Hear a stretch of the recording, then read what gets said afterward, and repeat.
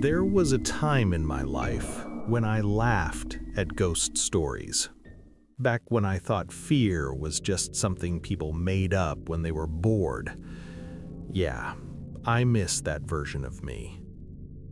A few months ago, I was dead broke, like counting coins before buying bread broke. I bounced from one place to another, job interviews that went nowhere, promises that turned into silence. Rent was due, bills were stacking up, and my family back home kept asking the same question: when I'd find work. The pressure was insane. Then one day, out of nowhere, I got a call from a small hotel located off a highway. They needed someone for the night shift front desk. I didn't even ask questions. I just said yes. The manager sounded relaxed, almost casual. "Night shift's easy," he said. "Just stay awake, check in late guests, prep breakfast, and make sure nothing goes sideways." Basically, he was saying I'd get paid to sit in front of a computer all night. I told myself, how bad could it be? Turns out, pretty bad. The hotel wasn't in the city. It sat alone near a long stretch of highway surrounded by nothing but open land. No houses, no stores, no streetlights. The nearest gas station was almost an hour away. Once the evening staff clocked out and the doors were locked, the place felt empty. Not just quiet, empty, like the building itself was holding its breath.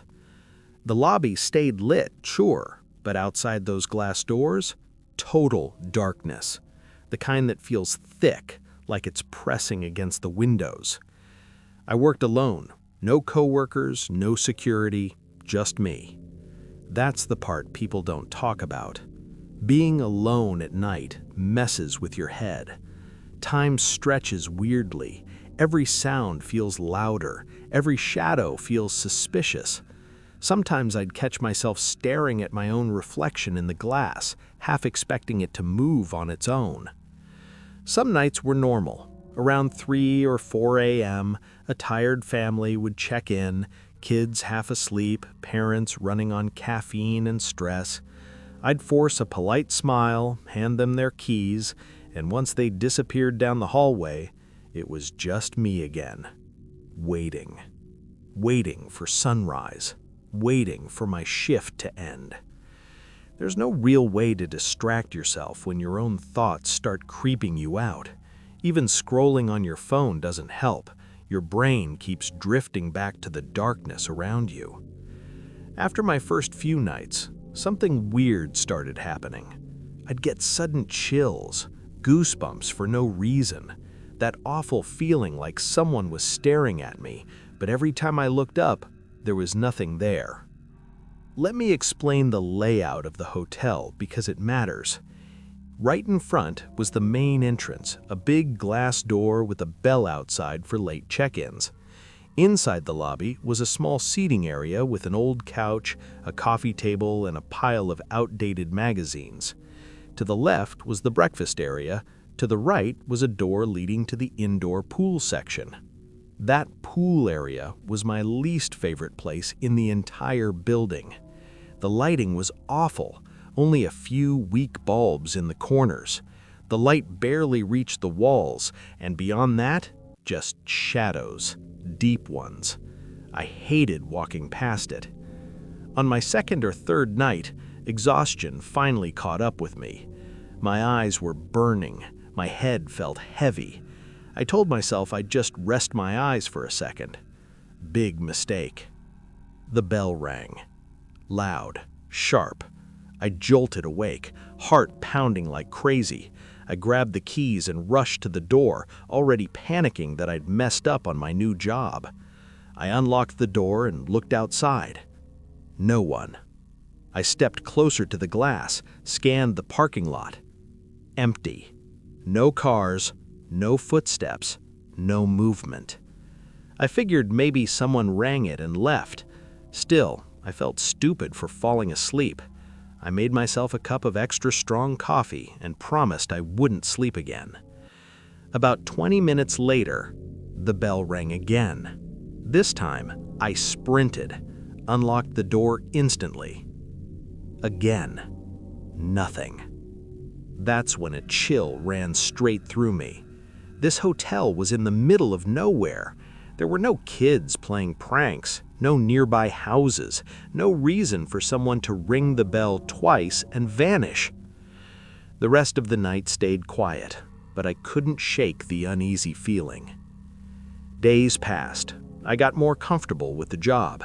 The manager even complimented my work, which, of course, meant more responsibilities. One night, he asked me to clean the pool area and prep the breakfast space. I didn't mind, at least it would kill some time. The moment I stepped into the pool area, regret hit me hard. The lights barely worked, the air felt colder, every step echoed like someone else was walking just out of sync with me. I kept telling myself, relax, you're just tired. I bent down to scoop some dry leaves from the pool. That's when I saw it. In the water's reflection, a shadow, darker than the water, taller than me, standing right behind me. My heart damn near stopped. I spun around so fast I almost fell. There was nothing there. I looked back into the water. Nothing. I didn't finish cleaning. I rushed back into the lobby, locked the door, and sat there shaking. That night, I left every single light on. When I told my coworkers the next morning, they laughed it off, said night shifts mess with your brain. I tried to believe them. Then, 1 month later, the storm came. The weather alert said power outages were likely. I tried to brush it off, but something about it made my stomach twist. Maybe it was just leftover fear from that night, or maybe my gut was screaming at me to run. By the time my shift started, the sky already looked wrong. Clouds stacked low and dark, like they were about to crush the building. I checked my laptop, phone, and chargers 3 times. Everything was fully charged. Even I brought a spare power bank and left it on the lobby couch just in case. I kept telling myself, you're fine, it's just another night. But deep down, I knew better. Around midnight, the rain started hitting the roof hard. Wind howled outside, rattling the glass doors. The highway beyond the parking lot was completely invisible now, just darkness swallowing everything. Then, without warning, the lights flickered. Once, twice, and then gone. Total blackout. The lobby dropped into pitch darkness so fast it felt like someone had flipped a switch inside my chest. The silence was worse than the noise. No AC, no fridge hum, no computer beeping, just the storm and my own breathing. I opened my laptop. The glow from the screen was the only thing keeping me grounded. A few minutes later, the desk phone rang. I nearly jumped out of my skin. It was a young guy from one of the rooms complaining about the hot water. I apologized, explained the power situation, and took way more verbal heat than I deserved. Eventually, he hung up. After that, nothing. No calls, no footsteps, no movement. Just darkness, pressing in from every direction. I grabbed the old metal flashlight from under the desk. My dad always said, "Hope for the best, prepare for the worst." The beam was weak and flickered like it was on life support, but it was better than nothing. That's when I heard it. At first, I thought it was the wind forcing its way through the vents. Then it became clearer. A woman crying. Not outside, inside the hotel. Her voice sounded broken, like every word hurt to say. It echoed through the lobby, bouncing off walls, coming from everywhere and nowhere at the same time. My hands started shaking. I slowly stood up, sweeping the flashlight across the room. "Hello?" I called out, hating how small my voice sounded. The crying grew louder, closer. Then it turned into screaming, pure agony. My heart was slamming so hard I thought it might burst. I backed toward the desk, barely breathing. And then the flashlight beam hit the front door. She was standing right there, less than 3 feet away. Her body looked wrong, twisted, unnatural. Her face was crushed in, like something heavy had smashed it over and over again. Where her eyes should have been were 2 hollow black pits that seemed deeper than the darkness around us. Her skin looked gray, stretched tight, like it didn't belong to her anymore. The smell hit next. Rot, old blood, something dead that should have stayed buried. My legs locked up. I couldn't scream, couldn't run, couldn't even blink. She started shaking, her head twitching at an impossible angle. Her mouth opened, wider than it should have, like she was trying to say something, but no sound came out. Then the flashlight flickered and went out. I don't remember collapsing, but when I came back to myself, I was sitting behind the desk, hugging my knees like a scared kid. The laptop screen was still glowing. Morning light slowly crept through the windows. She was gone. I didn't tell anyone. I just clocked out and left. That night, I didn't sleep. Every time I closed my eyes, I saw her standing there, waiting, watching. I finally did what I should have done from the start. I looked up the hotel's history. That's when everything clicked.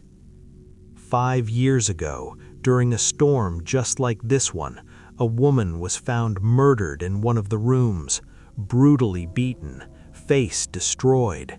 The power had gone out that night too. The suspect? A night shift employee. He disappeared the next morning. But that wasn't the worst part. The article mentioned that the very next receptionist assigned to the night shift was found dead behind the front desk. No wounds, no signs of a struggle. Just fear frozen on his face. I checked the calendar. 4 months, 3 weeks, 6 days. That's how long I'd been working there. I went back for one last shift, not because I wanted to, but because I needed answers. The storm returned right on schedule. Thunder shook the building. The lights went out again. My laptop battery started dropping faster than it should have.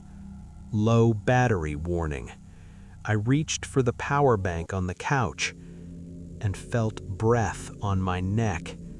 A whisper slid into my ear. "You took my place." I turned around. She was right there, closer than before.